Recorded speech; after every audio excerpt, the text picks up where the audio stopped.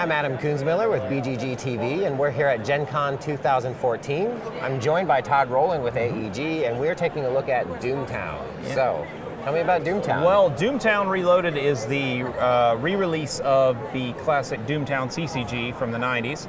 We brought it back in an ECG format, which basically is the same as a certain other CG format you're probably aware of that we can't legally use.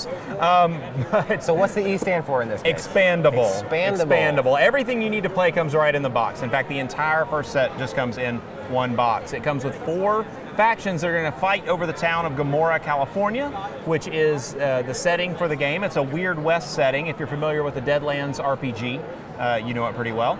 And so in this game, you're going to build a deck for one of these 4 factions. For instance, in this case, we have the Sloan Gang. They're a bunch of outlaws. The box also comes with 2 of these player boards to help players learn how the game works early on. You don't need them to play the game, but it's nice to have them at first.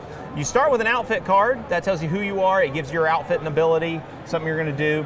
And then also you start with a little bit of money, and you're going to spend that money in the game, and there are tokens for it that come in the box and everything else. You're going to spend that money to guy your starting dudes, and we call them dudes in the game. That's the technical term. And when you have your starting dudes, you can have up to 5. They're going to be in play at the beginning of the game, and you can decide who you want to start based on who your opponent's playing. So if your opponent's playing a certain faction, you may want to start certain people to counter that. After that, you're going to take your deck, you're going to start playing the game. You're going to have cards in your hand, and I'm not going to go into every step of the game. Sure, There's some things like determining first player and stuff like that I'm not going to get into, but you're going to have some cards in your hand, and you're going to use your leftover money to buy things like deeds. So Carter's Bounties is a deed, for instance. This deed comes with something, a little blue poker chip there that represents control points. The way you win the game is when you get more control points under your control than your opponent has influence, which are the red poker chips, on their dudes. Okay. There's several ways you can do that. One of the most common is just play more deeds, accumulate more points. You can also try to reduce your opponent's influence. The best way to do that, shoot them in the face. Well, sure. How do I shoot them in the face, you may ask? It's a little more complicated than you'd think. If your opponent, let's say that you're the outlaws and your opponent are the law dogs, the people trying to keep peace in the town. And let's not put Prescott out, let's put Tommy out. Say old Tommy is out in the town square. So we move a few of our people out in the town square to take him on. Tommy's player decides to stay there, so we call him out. We said, I'm calling you out, Tommy.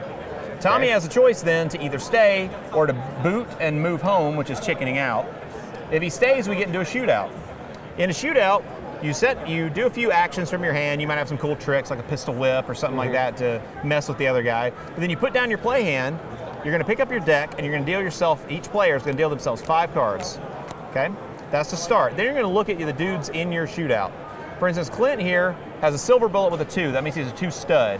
So I'm going to get to draw 2 extra cards. Brass bullets are what we call draw. So I'm going to put my deck down, I'm going to look at the 7 cards I've drawn, I'm going to pick one of them to discard, because I've got a draw, and I get to redraw. Then I'm going to make the best 5-card poker hand I possibly can. Okay. In Doomtown, since you build your deck, you're not necessarily going to be building a legal deck. Right. So for instance, my best 5-card poker hand happens to be 5 of a kind. Hey, there you go. This is technically what's called a cheating hand, and there are actions that other people can do that punish people for cheating. But ultimately what we do is we compare my 5-card poker hand and its rank, which is in this case an 11. We got a handy little rank chart there. It's an 11 to whatever our law dog friend throws. Let's say that he had a great day and had 2 pair.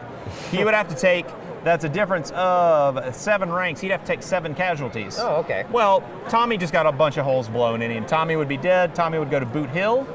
So all characters are unique, so if he's dead, you can't play another one of him. He's gone. Okay. And that is essentially Doomtown. Once you do that, you go through all those shootouts, you play more stuff, you get more control, you take control of the town. And how long does a typical game last? A typical game of Doomtown will last anywhere from about 25 to 35 minutes. Okay. It goes much faster than you would think, but that's because a lot of times, if you can get your opponent out of position and pounce on his people, you can end the game pretty quickly.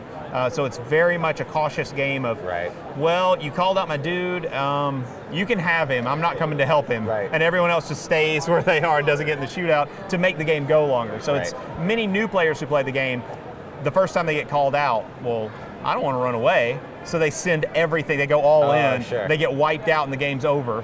And so players who played the game a lot understand when to pick your fights and when not to pick your fights. And when will this be widely available? It will be widely available September 8th. It was supposed to be available this weekend, but we can admit we had some shipping issues at the port. But it is all released now, and it's making its way through distribution. You know, I think that there are some gamers in the Port Authority. It's quite we've possible. heard from everybody that their games have been held up there. I think we're into something. Yeah, it was sketchy. It was sketchy to say the least. But we have it released now, and it is making its way through distribution at this point. Well, once again, that was Doomtown Extended.